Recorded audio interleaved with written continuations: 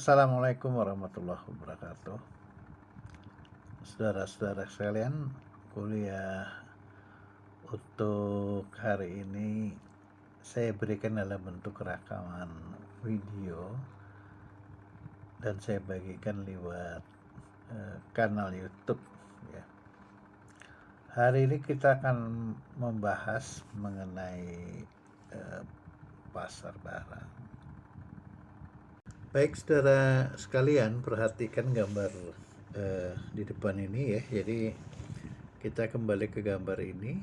Keseimbangan di pasar barang itu adalah ketika kurva AS, agregat supply dan agregat demand berpotongan, dan di bawahnya itu menemukan tingkat pendapatan nasional dan tingkat harga ya. Nah, ini adalah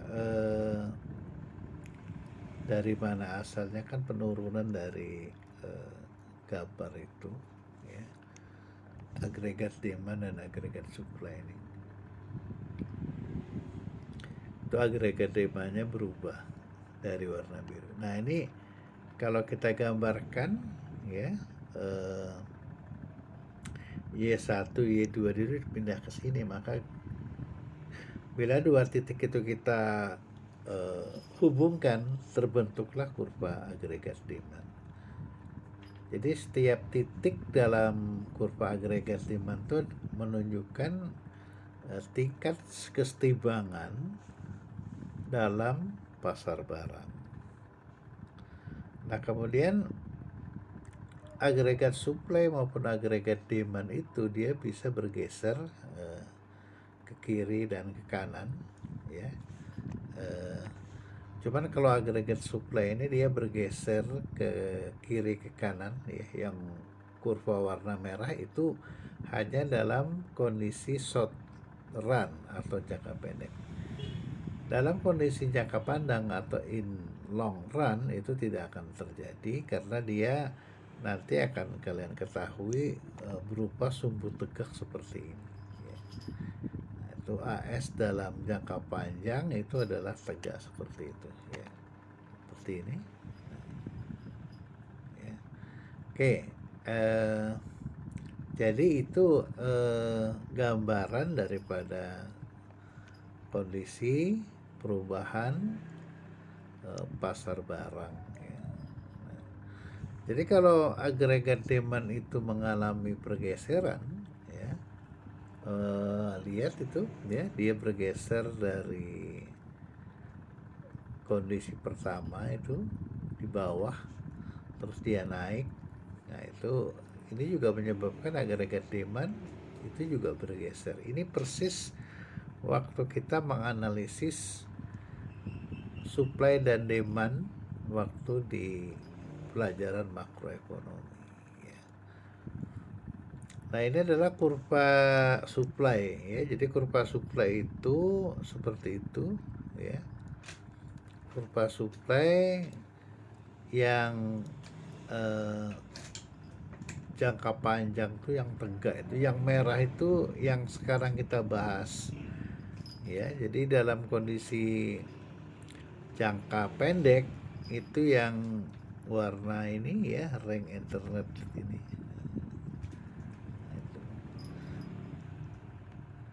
Nah, makanya analisa makroekonomi itu hanya terjadi pada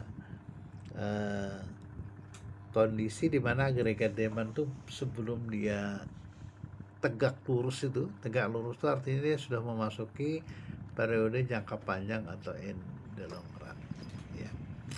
Baik, itu gambaran itu. Nah, sekarang kita hari ini mau menjelaskan lebih jauh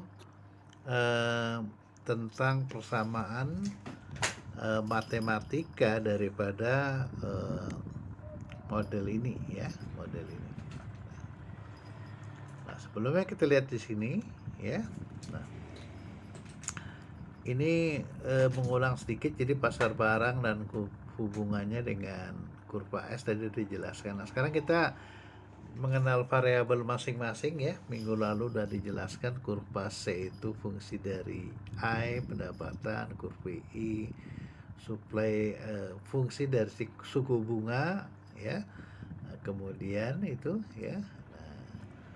Kalau fungsi konsumsi kita ketahui ya, channel atau autonomous consumption kadang-kadang ditulis huruf A kecil ya. Nah, ada fungsi saving. Saving itu adalah pendapatan dikurangi konsumsi ya. Maka kita temukan situ fungsi saving sama dengan S sama dengan minus C0 atau kadang-kadang ditulis A kecil plus 1 minus B dikalikan Y ya. Minggu lalu sudah saya jelaskan juga B itu adalah MPC, marginal propensity to consume atau delta C dibanding delta C. Nah, kemudian ini adalah fungsi investasi kan sudah dijelaskan.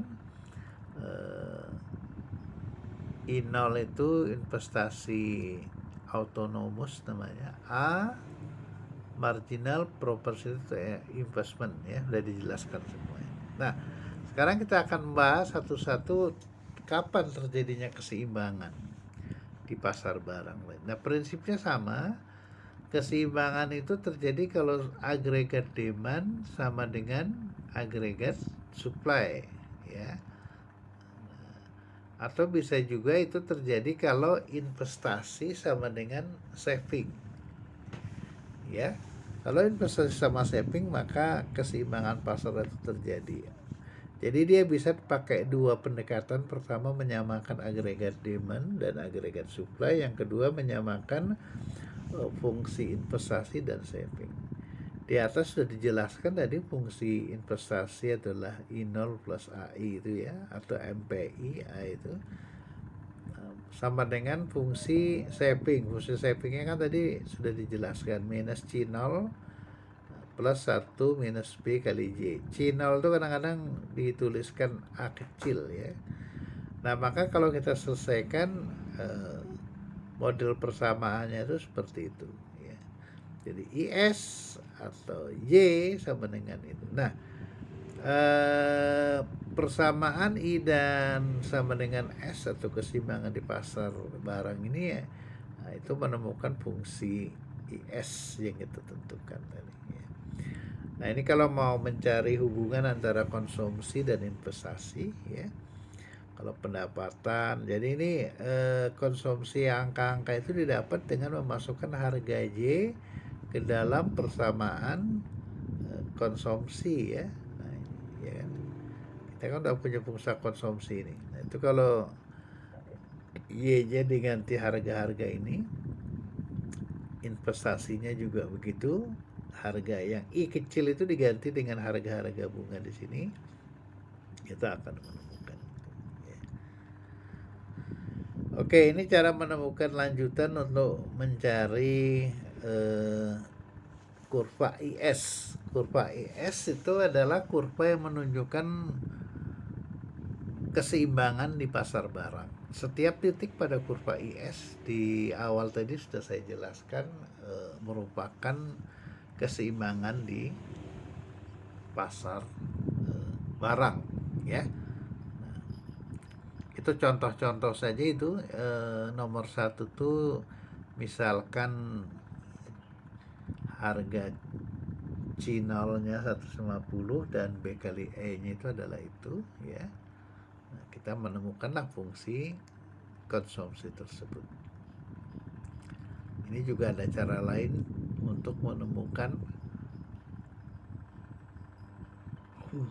fungsi IS ya. Jadi nah, kalau udah ketemu kurva IS itu kalau kita gambarkan ya mirip kurva demand itu ya. Kalau kalian lihat itu sumbu datarnya Y, itu sebenarnya kalau dalam mikro itu ya Q itu ya. Nah, kemudian sumbu tegak itu adalah bukan tingkat harga, tapi di situ adalah I, interest rate, suku bunga. Jadi kurva IS itu adalah fungsi dari suku bunga. Makanya kalau kalian lihat di situ IS ya atau Y sama dengan 1500 minus 3000 kali I ya. I itu adalah interest rate atau suku bunga. Ini hal-hal yang bisa mempengaruhi kurva IS ya. Jadi kita sudah beranggapan kan di pasar persaingan sempurna itu tidak ada intervensi pemerintah. Nah, kita juga bisa menghitung nanti koefisien pengganda atau multiplier effect. Nanti kita jelaskan ya. Jadi multiplier effect ini maksudnya begini, kalau ada tambahan konsumsi sebesar delta C maka efeknya ke pendapatan nasional, pertambahan pendapatan nasional atau delta J itu berapa kali lipat. Nah, berapa kali lipatnya itu disebut dengan koefisien angka pengganda atau multiplier. Rumusnya adalah K 1 dibagi 1 minus B. B di situ adalah MPC, marginal propensity to consume. Ya. Nah, ini penjelasan lanjut. Jadi apa saja yang bisa menyebabkan kurva IS itu naik atau turun, itu banyak faktor ya. Ya, setiap variabel dalam persamaan C sama dengan Y sama dengan C plus I plus G plus X minus M. Nah, ini ada soal ya, jadi prinsipnya sama saja dengan tadi. Baik, selanjutnya saya akan menjelaskan bagian matematik. Ini mungkin yang bagian tersulit ya dari matematika makroekonomi ini. Jadi kan kita tahu perekonomian itu ada 2 sektor, 3 sektor, dan 4 sektor. Nah, itu pasar barang untuk masing-masing sektor itu memang variabel-variabelnya itu agak beda-beda ya, sehingga juga penyelesaian untuk mencari titik keseimbangannya atau equilibriumnya itu tidak sama. Nah, kalau dia 2 sektor, jadi di sistem ekonomi atau di gambar yang sering kita buat itu ya, itu kalau pelakunya cuma household, rumah tangga, dan firm, perusahaan, maka kita bisa juga menghitung keseimbangan di situ. Jadi keseimbangannya itu cuma ya sama saja agregat demand sama dengan agregat supply ya. Di sini Y itu adalah agregat supply, AD adalah agregat demand. Nah, dalam model ini agregat supply itu adalah konsumsi ditambah S, saving. Agregat demandnya adalah konsumsi tambah investasi. Kalau C-nya dibuang, akhirnya ditemukan rumus keseimbangan itu bila saving sama dengan investasi. Nah, kemudian ada juga yang menarik, fungsi konsumsi itu kalau kita masukkan di sini dia akan ID. ID ini adalah sebenarnya pendapatan bersih, yaitu pendapatan setelah dikurangi pajak. Jadi berbeda dengan Y ya. Kalau Y yang besar itu artinya pendapatan nasional kotor. Nah, di sini kalian lihat A ya. Jadi dia menggunakan kode huruf A kecil, bukan CO seperti di atas tadi. Saving, fungsi saving adalah ya Y dikurangi C. Nah, Y dikurangi C itu didapat itu ya. Nah, ini adalah C marginal propensity to. SAP itu rumusnya delta C per delta Y atau turunan pertama dari fungsi konsumsi. Sedangkan MPS itu delta S dibanding delta Y atau turunan pertama dari fungsi saving ini ya, fungsi saving kan ya, yang ini fungsi saving ya. Itu kalau turunan pertamanya adalah MPS. Dan ada satu formula yang harus kalian ketahui, MPC ditambah MPS itu tidak boleh lebih dari 1.